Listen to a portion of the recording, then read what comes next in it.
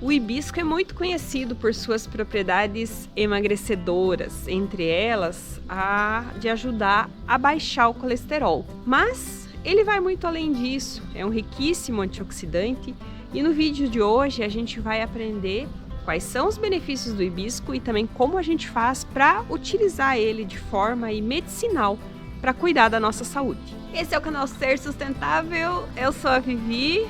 Estamos aí de volta aos vídeos, né? Depois de uma fase de recuperação, cuidando da garganta, melhorando. E hoje a gente está aqui para fazer finalmente a colheita do nosso hibisco. Esse hibisco não é aquele hibisco de jardim, tá, pessoal? É o hibisco, também conhecido como vinagreira. E a parte que a gente aproveita dele para fazer os chás são esses botões, certo? Parece um botão, né? Um botão floral. Mas na verdade a flor aqui já saiu, já não tá mais, né? E sobrou só a parte de fora dela, que é o cálice, aonde a flor saiu de dentro. E esse cálice fica aqui protegendo a semente, ó, dessa forma aqui.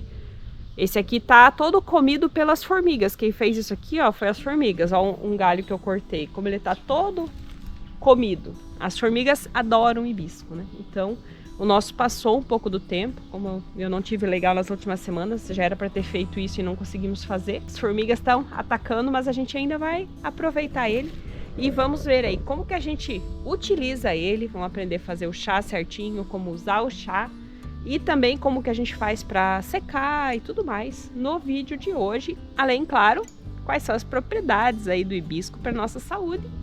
O hibisco que, não sei se vocês sabem, ele também é uma punk, uma planta alimentícia não convencional.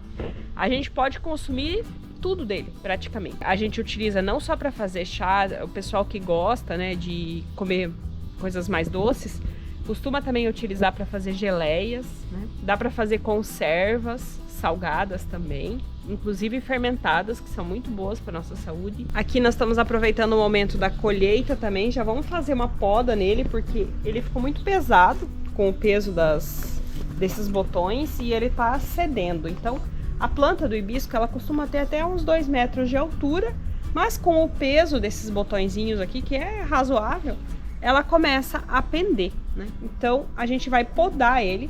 Mas nós poderíamos, se a gente quisesse, só colher os botõezinhos aqui e deixar, porque ele tem a tendência, como aqui não é um local que faz tanto frio, ele tem a tendência de produzir mais flores. Ó, essa aqui ainda era menorzinha, as formigas que comeram, né? Mas era uma menorzinha que ainda iria crescer mais, né? Mas a gente já vai aproveitar e fazer a poda. Em locais onde não é muito frio, onde não tem geadas fortes, a gente podando ele vai rebrotar no mesmo lugar e a gente, depois de alguns meses, vai ter novamente o hibisco para colher sem precisar replantar. Mas em outros locais onde é muito frio, uma vez seco, depois que secou bem esse cálice, essa frutinha aqui, digamos, ela vai se abrir. Aqui dentro tem as sementinhas dela, que nesse caso aqui estão verdes. Importante prestar bem atenção na hora de identificar. Esse hibisco aqui não é aquele hibisco de jardim, tá? Esse aqui é o hibisco sadarifa. Ele tem essa folha que parece, sei lá, lembra uma folha de mandioca levemente? Mas ele tem só 3 folhinhas sempre assim. É sempre esse o padrão dele, ó, das folhas. E elas têm os talinhos, o talo é arroxeado, embaixo da folha costuma ter umas manchinhas roxas. E as flores dele tem variação de cor, pode ser mais puxada para o branco, mais rosada assim, mais para essa cor aqui, só que um pouco mais fraco. A gente vai deixar as fotos para vocês verem como que é a flor. É uma flor relativamente pequena, lembra muito a flor do quiabo. Ele guarda bastante semelhança assim com o quiabo.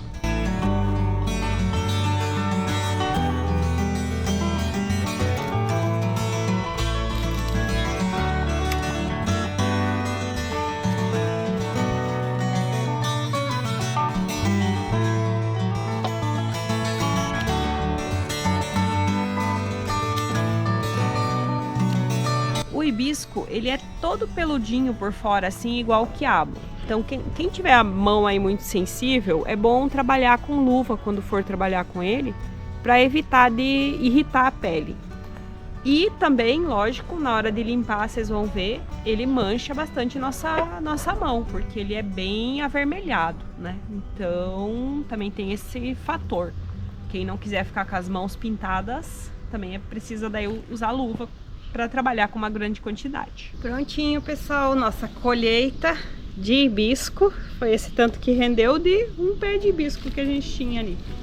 Agora vamos para a cozinha para a gente processar ele e a gente vai conversando dos benefícios e também vamos ver como é que a gente usa ele de forma medicinal.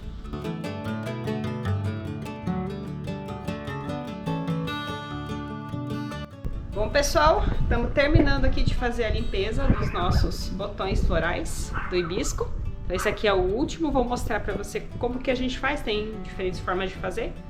A gente faz com a mão mesmo, então eu vou abrindo aqui ele, né? Ele é cheio de pétalas, como se fossem pétalazinhas, na verdade são sépalas. A gente vai puxando aqui, ó, vamos rasgar no primeiro local, até chegar nessa parte de baixo, que ele é assim, né? E a gente vai rasgar aqui ao redor. Aí você vai puxando com a unha mesmo, não é difícil, é fácil. Tem gente que faz isso aqui com a faca, mas eu acho que é mais rápido fazer direto com a mão. Aqui dentro muitas vezes tem bichinho, formiga, eles entram ali dentro. Aí a gente dá uma boa limpada. Vou fazer uma lavagem disso agora, escorrer e aí prosseguimos.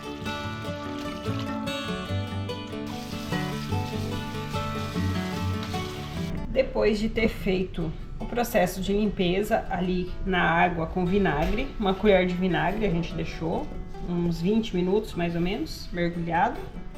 Agora a gente vai colocar secar. E para secar, eu deixo no primeiro dia, eu estendo com papel toalha por baixo, porque nós acabamos de lavar, tem bastante umidade. Mas depois do segundo dia em diante, eu já tiro esse papel toalha e deixo só as sepalazinhas soltas mesmo. Assim como ela tá fresca, a gente já poderia pegar e utilizar para fazer nosso chá. Mas eu gosto de usar a seca, né? Que é isso que a gente vai fazer aqui. A gente vai secar essa para guardar e ter sempre pronto ali para usar. E a gente vai preparar depois o chá com essa, porque a medida que eu tenho, né, que eu sigo de utilização, é dessa seca. O hibisco, ele é muito rico em antioxidantes, que vem justamente dessa cor roxa dele, essa coloração mais avermelhada, arroxeada, são as antocianinas. O nomezinho difícil de falar, são as antocianinas, que dão essa cor arroxeada, que são, né, presentes em diversas frutas que têm essa cor, são as substâncias antioxidantes, que é o que nos faz muito bem. Então, o hibisco tem ação comprovada aí na redução da pressão arterial, também no auxílio do emagrecimento, então na baixa do colesterol, que favorece aí também o tratamento da obesidade, porque ele também ajuda evitando que o nosso organismo absorva muitos açúcares. Então, quando a gente ingere ali os amidos dentro do nosso organismo, eles precisam ser transformados em glicose e frutose para que o organismo possa absorver. Só que quem faz isso é uma enzima. E essa antocianina que está aqui no hibisco, ela inibe a formação dessa enzima. Então, consequentemente, a gente absorve menos os açúcares daquilo que a gente está comendo. Por isso que sempre também uma recomendação é que a gente faça a ingestão do chá do hibisco depois das refeições. Então, vamos lá ver como a gente vai preparar esse chá, que como eu expliquei para vocês, a gente vai usar aquele já seco.